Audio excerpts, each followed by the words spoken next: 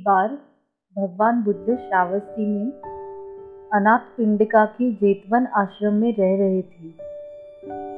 जब भगवान बुद्ध का शिष्य आनंद भिक्षा मांगने के लिए शहर में गया तो वह पानी पीने के लिए नदी पर पहुंच गए।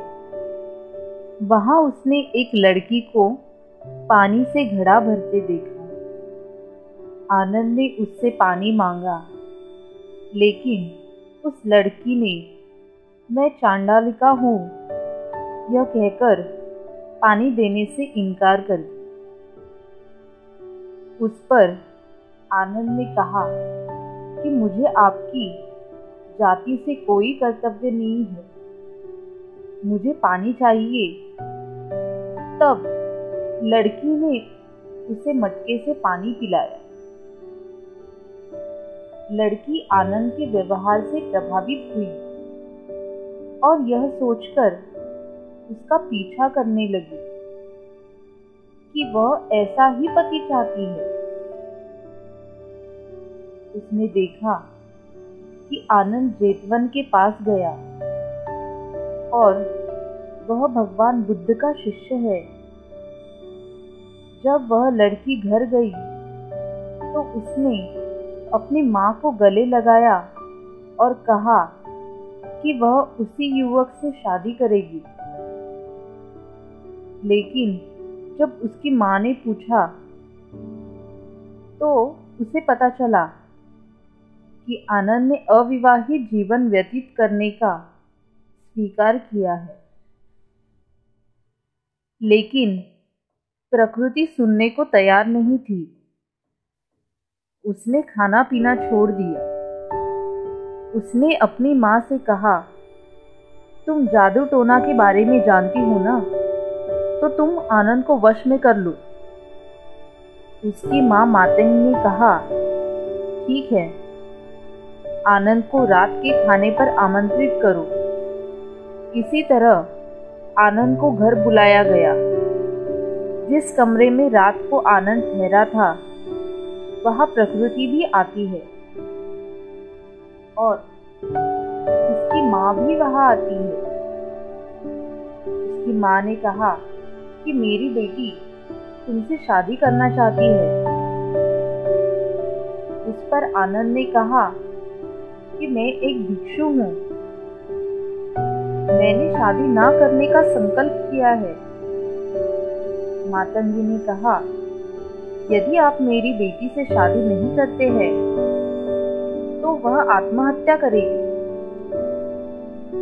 फिर भी आनंद ने इनकार किया। उसने जादू टोना किया, लेकिन आनंद अपरिवर्तित रहा। भगवान बुद्ध की शिक्षाओं के कारण लड़की की सुंदरता और जादू टोना उस पर कोई प्रभाव नहीं हुआ। आखिरकार दोनों पीछे हट गए और आनंद जेतवन में लौट आई। आनंद ने भगवान बुद्ध को सारी बात बताई। अगले दिन लड़की बेचैन होकर आनंद की तलाश में जेतवन लौट आई। भगवान बुद्ध ने उनसे मुलाकात की और उनसे पूछा, आप आनंद का पीछा क्यों कर रहे हैं? तुम क्या चाहती हो? प्रकृति ने कहा कि मैं आनंद से शादी करना चाहती हूँ। उस पर तथागत ने कहा, तुम्हें उसमें क्या पसंद है तो तुम बहुत आकर्षित हुई हो? प्रकृति ने कहा, मुझे उसकी नाक, उसकी आंखें, उसकी कान, उसका मुंह, उसकी आवाज, उसकी चाल, यह सब मुझे पसंद है।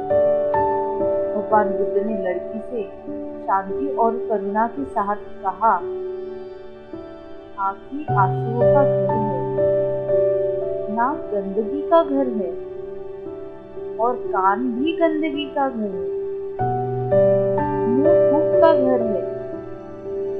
लड़की आनंद से शादी करने से क्या हासिल होगा?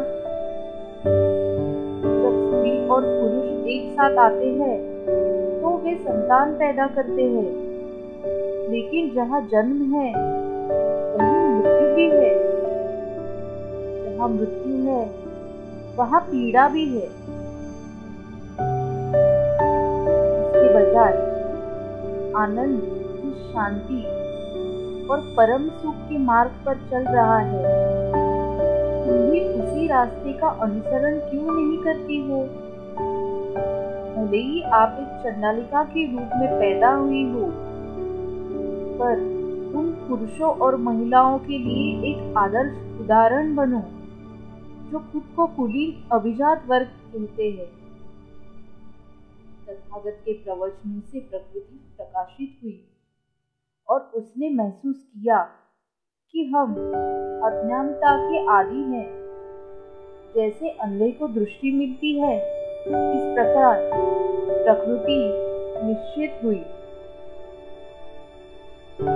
और उसने भिक्षु संघ में शामिल होने की इच्छा व्यक्त की। तदनुसार उसे भिक्षु संघ में प्रवेश दिया गया।